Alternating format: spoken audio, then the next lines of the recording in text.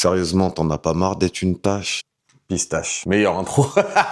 Oh, la meilleure intro ever. Ici, tu as les 3 plus beaux parfums de pistache qu'il m'ait été donné de sentir. Et je t'assure que je pèse mes mots. Alexandre J, collection Art Nouveau, Sweet Enigma. Déjà, admire l'écrin de ce parfum. Je crois que j'ai jamais vu un si bel emballage de parfum de ma vie. C'est simple, on dirait l'écrin d'une montre. Et s'il te plaît, admire ce flacon doré avec pour chaque parfum de la gamme Art Nouveau, un dessin au centre. Ce que j'aime dans les parfums, c'est être surpris. Et quand j'ai découvert celui-ci, je peux t'assurer que ma surprise était incroyable. C'est donc un parfum à base de pistache. En fait, ce qui est fou, c'est que c'est instantané. L'odeur agréable de la pistache relevée par la douceur de la fraise, c'est juste magnifique. C'est oriental, c'est crémeux, c'est gourmand, c'est entêtant d'une manière que tu ne peux même pas imaginer. Et en plus, c'est profond parce que tu as une note grillée de sésame qui donne beaucoup plus de corps et qui relève la pistache et la fraise. Il y a aussi du tonka et de la vanille qui va apporter encore ce côté régressif hyper intéressant. Je peux t'assurer que si tu prends Sweet Enigma d'Alexandre J, il n'y a aucune personne qui aura le même parfum que toi, c'est impossible. Dans le film de la vie, tu es l'élu, tu es Néo. Je suis clairement dépassé par la collection Art Nouveau de la marque. Et celui-ci, c'est une pure beauté, c'est une merveille, c'est un don de Dieu. Le tout dernier parfum venu tout droit de la maison BDK. Je suis plus du tout surpris par la qualité des parfums BDK parce qu'il y en a certains qui sont dans mon top. Je l'ai senti, celui-ci. C'est une masterclass de justesse. Et ce qui va magnifier cette pistache, c'est la torréfaction des pistaches.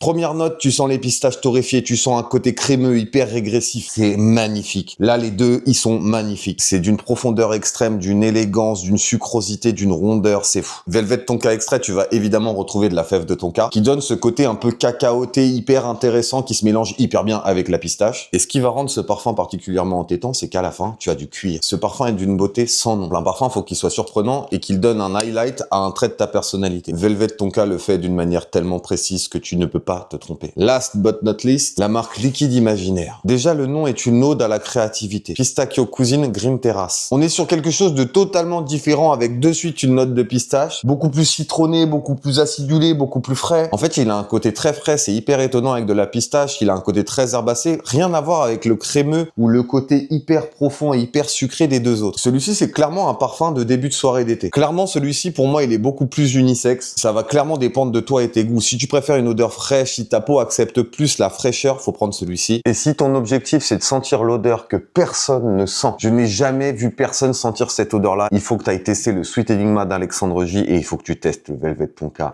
de BDK. Mais masterpiece, les deux, là.